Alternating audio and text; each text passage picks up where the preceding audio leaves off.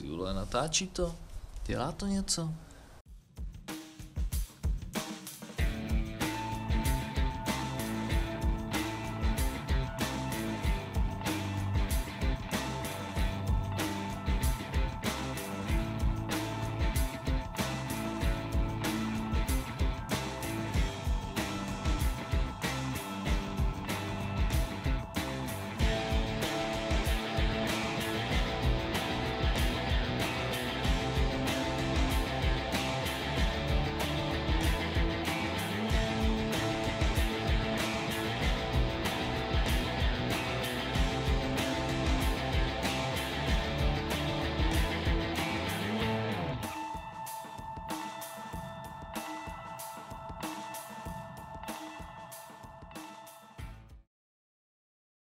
Čau, já jsem Vidrín a dneska vám řeknu příběh, jak mi ukradli ve Španělsku jednokolku.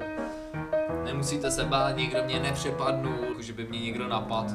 Ale stalo se to, když jsem v McDonaldu stříhal jedno video pro vás a byl jsem tam hodně dlouho.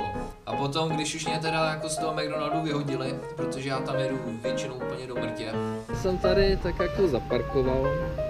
No a teďka, když jsem přišel, jakože si odjedu, tak jsem zjistil, že moje jednokolka je pryč. Takže já jsem bez jednokolky. Je to takové blbý, jo, no, ve Španělsku, tyjo, najednou přijít o jednokolku. Co dělat teďka v takovýhle moment? Já jsem koukal, že v McDonaldech většinou bývají kamery. No tak jsem šel dovnitř a tam se obsluhy, chtěl jsem vidět, jestli tam jsou kamery. Kamery tam samozřejmě byly, ale ne zrovna na to místo, kde já jsem měl vozík. No tak co se dá dělat, já teďka půjdu na policejní stanici, tam to tak jako nahlásím, no a možná se něco vyřeší, spíš se asi nic nevyřeší, ale tak no. Bylo něco kolem půlnoci, tak jsem vyrazil 4 kilometry prostě s tím svým vozejkem na policejní stanici. No, přijdu na policejní stanici, no a teďka co tam zjistím, tam absolutně nikdo nemluvil anglicky. Pár slovíček.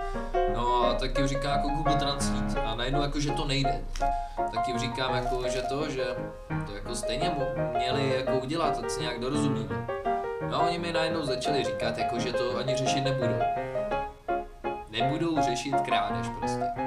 No, nakonec jsme se dostali až ke Google Translate.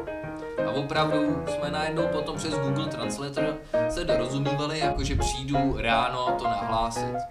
Tak jsem prostě večer se zbalil, šel o pár kilometrů dál, tam jsem zalehl pod nějaký strom, no a ráno šel na policejní stanici. Jo, já jsem teďka před policejní stanicí, tady v Katalánsku a teď jsem tady strávil asi nějaký 3-4 hodiny vyplňováním různých protokolů o krádeži mý jednokolky, různé specifikace a takový, takže jsem dostal pár papírů.